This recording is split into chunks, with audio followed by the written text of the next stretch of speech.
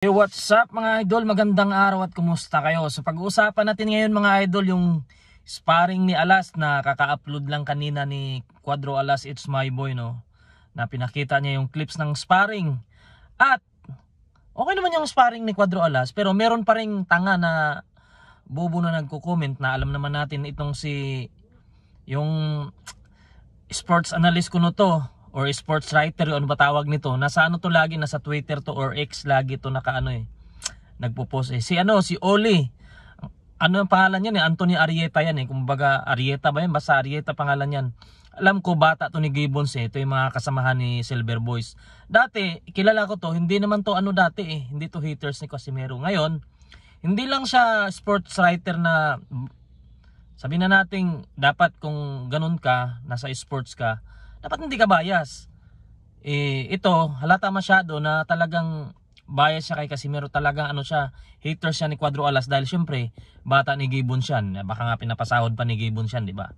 So, ito mga idol, no, may post siya sa Twitter ngayon na si Cuadro Alas daw ay beaten up ng isang amateur ng boxing. Ang masasabi ko lang dito mga idol, ano bang gusto nila? Dapat pag magkipag-sparring si Casimero, hindi siya tatamaan? Hindi siya pwedeng tamaan.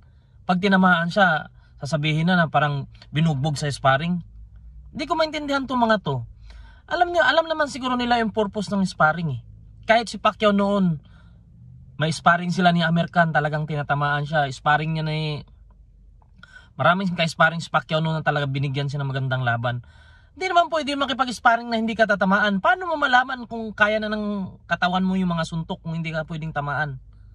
Kaya itong mga to talaga, hipokrito masyado to. Alam naman nila na sa sparring normal yung tatamaan ka, pwede ka pang bugbugin dyan Kaya nga natutuwa sila pag magdadala ka ng ka-sparring na binibigyan mo magandang laban Kumbaga, katulad ni Inoue noon.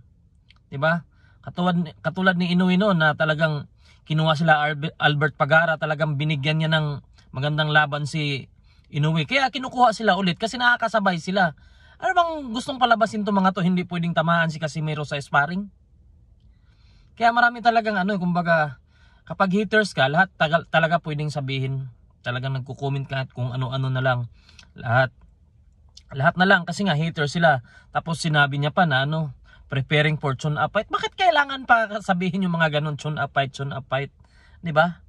Bakit yung Trillia in Manila? Ano ba sa tingin mo mga laban na yun? Maganda ba? Maganda quality opponent pa yung mga kalaban nila? Diba hindi naman? Siguro kay Jerusalem lang siguro dahil world title yun. Siguro yun lang yung nakaranking dun. Sino ba ang mga lalaban dun? Maganda ba yung mga kalaban nila? Laban ba siyang kahas dun? Diba? La Marshall? Lahat naman yan Kung boxing fans ka, kung talagang mahilig ka sa boxing, sports analyst ka pa naman, sports writer ka pa naman, tapos ganun ka mag-isip. Diba? Bobo rin to no? Akala mo matalino to. Kasi mahilig susulat-sulat ng mga o magko-comment na sa mga sports wala din naman, bayaran lang din naman. Kaya nakakalungkot din mga idol yung akala nila na pag si Casimero magkipag-sparring hindi na pwedeng tamaan, pag tinatamaan yun naman inaasar nila, di ba? Bagay ganun man talaga pag haters Kaya mga idol, kung makikita natin yung sparring, okay naman talaga yung sparring, okay naman. So may nagsabi pa nga doon na alalay lang daw kasi syempre, baka yung ka-sparring niya may laban din yun. So, delikado pag magkapwersahan sila. Kasi nakita ko, pumupwersa si Casimero, may ibang clips na pumupwersa So, normal yung tatamaan ka ng sparring. Hindi naman pwedeng, kukuha ka pa ng sparring kung hindi naman makatama sa'yo. So, paano ka bibigyan ng laban yan? Paano ka bibigyan ng magandang laban kung kukuha ka ng sparring na hindi makakatama sa'yo? Ang mahirap dito kasi, pag si Casimero may ka-sparring na mga bagito, tapos binubugbog lang niya, pinatumba, sasabihin na naman, abay mga ka-sparring mo, hindi naman quality yan. So ano ba talaga?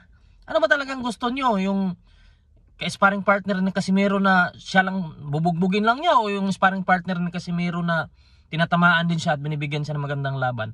Ang gulo nyo Kayo mga haters talaga, napakagulo nyo. So, hintayin na lang natin yung laban ni Cuadro Alas at doon magkaalaman yan kung ano ba talaga, nandyan pa ba ang karisma ni Cuadro Alas o yung bangis ni Cuadro Alas, di ba? Kaya mga idol, maraming salamat.